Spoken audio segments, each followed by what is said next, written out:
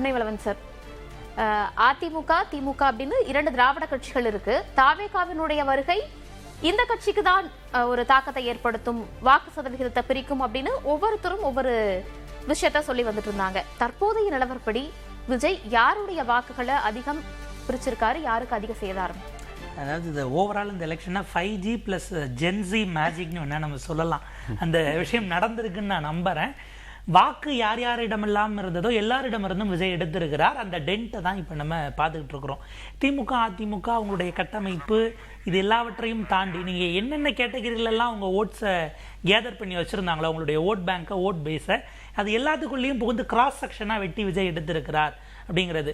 நீங்கள் across age group, across sections, அது நீங்கள் காஸ்ட்டாக எடுத்துக்கலாம், அல்லது கம்யூனிட்டியாக எடுத்துக்கலாம், இல்லைனா அவங்களுடைய சோஷியல் ஸ்டேட்டஸாக அவங்களுடைய வர்க்க ரீதியிலாக எடுத்துக்கலாம், வயது வரம்பு, ஓய்வு பெற்றவர்கள், என்ன பணியில் இருக்கிறாங்க, ப்ளூ காலர் ஜாபா இல்லை ஒயிட் காலர் ஜாப்ஸா, எந்த செக்ஷனில் இருந்தாலும் எல்லோருக்குள்ளும் போய் அவர் அந்த இம்பேக்டை ஏற்படுத்தியிருக்காரு அப்படிங்கிறத பார்க்க முடிகிறது. என்னென்னா இவங்க 2 பேரை விடவும் அடுத்தடுத்து இருந்த கட்சிகள், நாங்கள் தான் 3rd ஃபோர்ஸ், நாங்கள் தான் 4th ஃபோர்ஸ், இருக்கிறதுலே பெரியவங்க அப்படின்ற அந்த கட்சிகளுடைய நிலைமை. ஏன்னா இவங்க வந்து ஒரு 35ல் இருந்து % ஆஃப் ஓட்ஸ் நான் சொல்கிறேன், ஒரு கூட்டணியாக இருந்து அதில் ஒரு 5, 6, 7 போகிறதுக்கும் அங்கே இருந்த 8ல் 3 போகிறதுங்கிறது ப்ரொபோர்ஷனலி ஜாஸ்தி. அவங்க இழந்தது தான் இதில் மிக அதிகமாக இருக்கும்னு பார்க்க வேண்டியிருக்கு. நான் எக்ஸ்பெக்ட் பண்ணுறது ஒருவேளை he's falling short of majority அப்படின்னா இந்த 2 கூட்டணிக்குள்ளும் இருக்கக்கூடிய சொந்த சின்னத்தில் நின்ற எல்லோரும் இமீடியட்டாக வந்து அவருக்கு சப்போர்ட்டை எந்த விதமான நிபந்தனையும் இல்லாமல் கொடுப்பதற்கு வாய்ப்பு இருக்குது அப்படிங்கிற ஒரு ப்ரெடிக்ஷனையும் பண்ணுறேன். இப்போ ரீசெண்ட் டேஸாக திமுக கூட்டணி கட்சிகள் ஏதோ ஒன்று சென்ஸ் பண்ணிட்டு பேசினாங்க அப்படிங்கிறத நம்ம இதில் இருந்தும் புரிஞ்சுக்க முடியுது.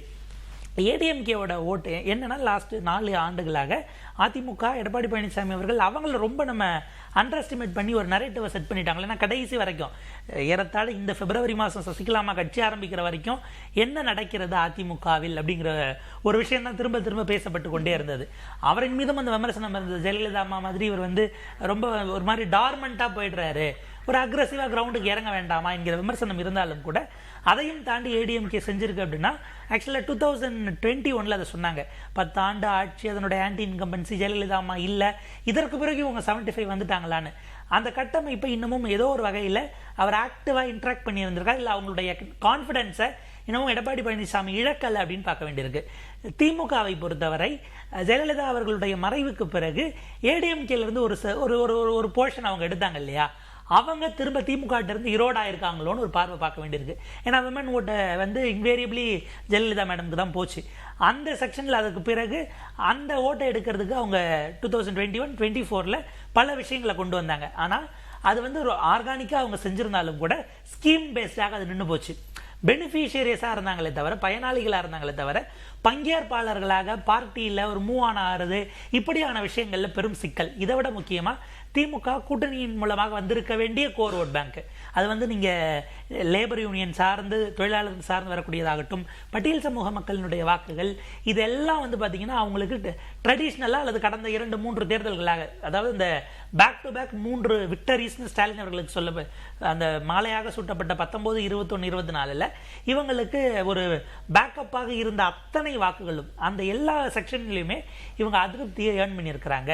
ரொம்ப குறிப்பாக போன நவம்பரிலிருந்து பிப்ரவரி வரைக்கும் சென்னையில் வந்து பல செக்டார்ஸ் போராடினாங்க இல்லையா, அது மாற்றுத்திறனாளர்கள் ஆகட்டும், தூய்மை பணியாளர்கள் போராட்டமாகட்டும், மற்ற எந்த வகையிலும் செவிலியர்கள் பணி நிரந்தரம் கேட்டு வந்ததாகட்டும், இவங்கெல்லாம் இப்போ செக்ஷன் வைஸாக செக்டார் வைஸாக அவங்களுடைய அதிருப்தியை ஏர்ன் பண்ணதை தாண்டி அவங்கள ஹேண்டில் பண்ணது. இதில் கொடுமை என்னன்னா, போய் அவங்கள கடுமையாக கையாண்ட காவல்துறையும் இந்த ஆட்சிக்கு எதிராக போஸ்டல் பேலட்ல பெருசா போட்டிருக்கிறாங்க.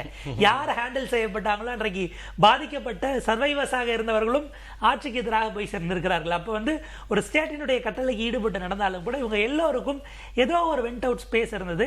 இதை கடைசி வரைக்கும் இதை வெளியில் இருக்கக்கூடியவர்கள் சென்ஸ் பண்ணலங்கிறத தாண்டி ஆட்சியில் இருக்கிறவர்கள் அப்படி ஏதாவது ஒரு ஃபில்டரை போட்டு ஒரு பபுளுக்குள்ள போயிட்டாங்களா, அது என்ன பபுள், எப்படி நீங்கள் உள்ளே நடக்கக்கூடியதை, ஏன்னா நீங்கள் காமனர்ஸ்க்கோ இல்லை மீடியா பர்சன்ஸ்க்கோ நமக்கு இருக்க மெஷினரி வேறு, இதை தாண்டி ஒரு கவர்மெண்ட்டுக்கு மிகப்பெரிய மெஷினரி இருக்கும். நீங்கள் அதை வச்சு எப்படி உங்களால் அதை சென்ஸ் பண்ண முடியாமல் போச்சு, நீங்கள் எந்த இடத்துல தப்பு பண்ணீங்க அப்படிங்கிற ஒரு கேள்வி இருக்குது.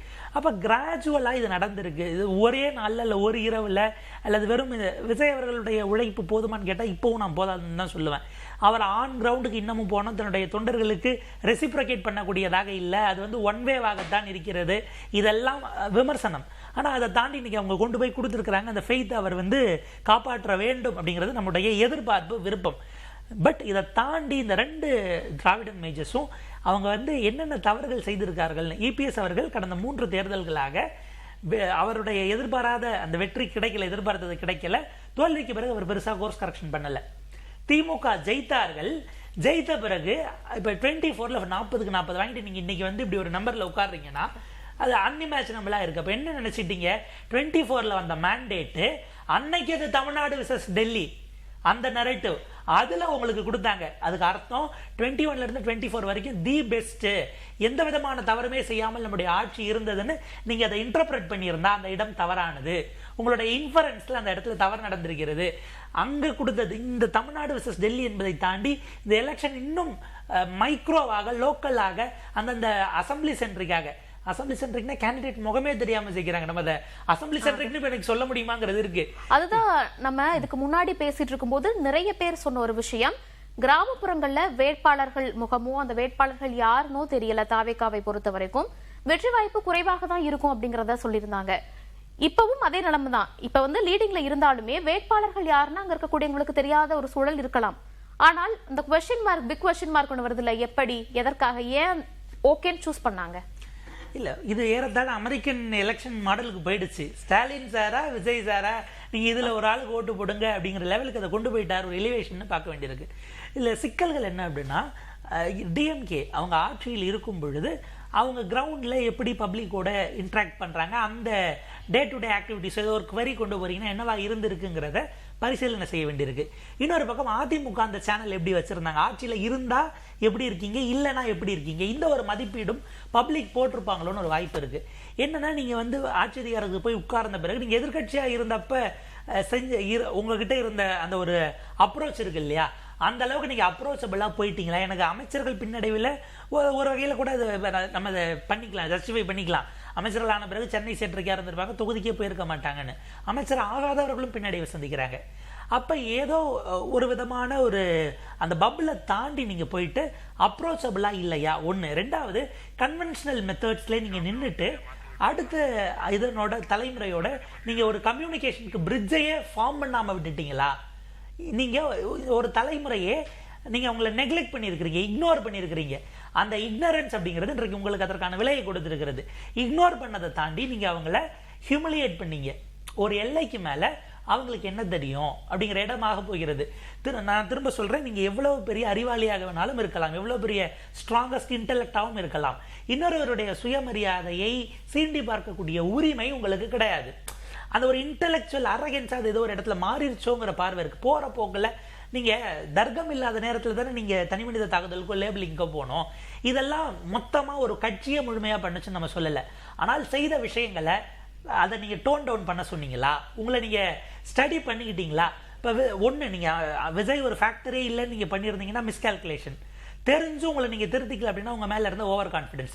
இது எதுவாக இருந்தாலும் வந்திருக்கக்கூடிய முடிவுகள் இது வந்து இதுக்கு திரும்ப நீங்க you have to start from the scratch.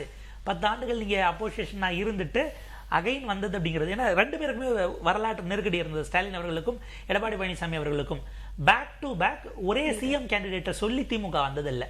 அண்ணா வந்து சிஎம் கேண்டிடேட் ஆகாமலே சீஃப் மினிஸ்டர் ஆனாரு.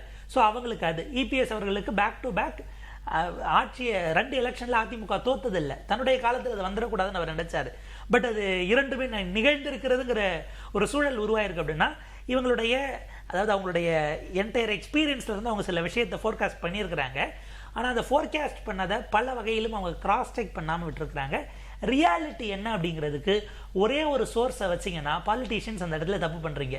உங்களுடைய சோர்சஸ் வந்து ஹோமோஜெனிட்டியாக இருக்கக்கூடாது. வெறும் ஒரு என்ட்ரி பாயிண்ட் வழியாக மட்டும் நீங்கள் தரவுகள் எடுக்கிறீங்க அப்படின்னா நீங்கள் தப்பு பண்ணுறீங்க. பல அவென்யூஸை ஓப்பன் பண்ணணும். அது கலைஞரிடமிருந்தே அவங்க அதை ப்ராப்ளி எடுத்துக்கலாம். ஜேர்னலிஸ்ட்கிட்ட பேசுவார், கட்சிக்காரங்க கிட்ட பேசுவார். கட்சியில் அதிகாரத்தில் இருக்கிறவங்க வேற, அதிகாரத்தில் இல்லாமல் சாமானியராக பார்க்க வரவங்க கிட்ட இருந்து ஒரு இன்புட்ஸ் வரும், பியூரோக்ரஸியிலேருந்து ஒரு இன்புட்ஸ் வரும். இப்படி வெவ்வேறு விதமான இடங்கள் எதிர்த்தரப்பு நடத்தக்கூடிய பத்திரிகையிலிருந்து அவர் எடுத்து அதை கிராஸ் செக் பண்ண சொல்றது. நீங்க ஒரு தலைவராக ஒரு அத்தனை ஆண்டுகள் சஸ்டெயின் பண்ணாரு, இல்ல அவர் கோரா இருந்த அவருக்கு ஆன்டி ஓட்டு அப்படிங்கிறதா இல்ல அவருக்கான ப்ரோ ஓட்ஸ்ங்கிறதான் கொண்டு போனார்னா அந்த எல்லாத்துக்கும் எக்யூப் ஆனார் இல்லையா, அந்த இடம் தவற விட்டதாக பார்க்க வேண்டியிருக்கு. இரண்டாவது, இந்த 5 ஆண்டுகளில் டிசன்ட்டுக்கான ஸ்பேஸ் என்னவாக இருந்தது என்கிற கேள்வி இருக்கு. விஜய் சொன்னதுக்கு நம்ம மீடியா மேலேயும் அந்த விமர்சனத்தை வச்சோம். தேவையில்லாம அதுக்கு நீங்க எலிவேஷன் கொடுக்குறீங்க, ஹைப் கொடுக்குறீங்கன்னு. அது பியூர்லி அது வந்து மார்க்கெட்டிங் ஸ்ட்ராட்டஜின்னு வைப்போமே. ஆனா அந்த மார்க்கெட்டிங் ஸ்ட்ராட்டஜி ஏன் சேல் ஆச்சு?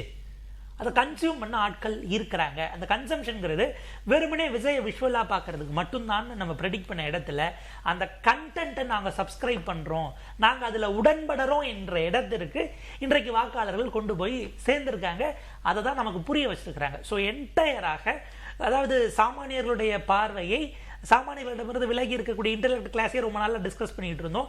இல்லை நீங்க வந்து நிறைய, அதாவது நம்ம எக்ஸிட் போல்ஸஸ் எல்லாரையும் கேட்டோம், சாம்பிள் ப்ராப்பரா இருந்ததா, அதில் அர்பன் ரூரல் டிவைட் இருந்ததா, ஏஜ் வைஸ் டிவைட் இருந்ததா, அந்த சாம்பிள் வந்து பாப்புலேஷனை தான் ரெப்ரசன்ட் பண்ணுது, என்ன வாக்காளர்களுடையதா அப்படியே டிட்டோவா இருக்கு நீங்க எப்படி சொல்ல முடியும்? அதுல டிஃபரன்ஸ் இருக்க வாய்ப்பு இருக்கு இல்லையா, அதுல எரர் வர வாய்ப்பு இருக்கு இல்லையான்னு கேட்டோம். இதெல்லாம் கேட்ட எல்லாருக்கும் நீங்க எங்களை ப்ராப்பரா அசஸ் பண்ணீங்களா, நீங்க அதுல கான்ஃபிடென்ட்டா இருக்கீங்களா அப்படின்னுட்டு இருக்கக்கூடிய என்டையர் அந்த இன்டெலெக்ட் கிளாஸையும் சரி பொலிட்டிக்கல் கிளாஸையும் தமிழ்நாடு மக்கள் உலுக்கி இருக்கிறார்கள் இந்த தீர்ப்பின் மூலமாக. நம்ம தொடர்ந்து பேசலாம் ரகு சார்.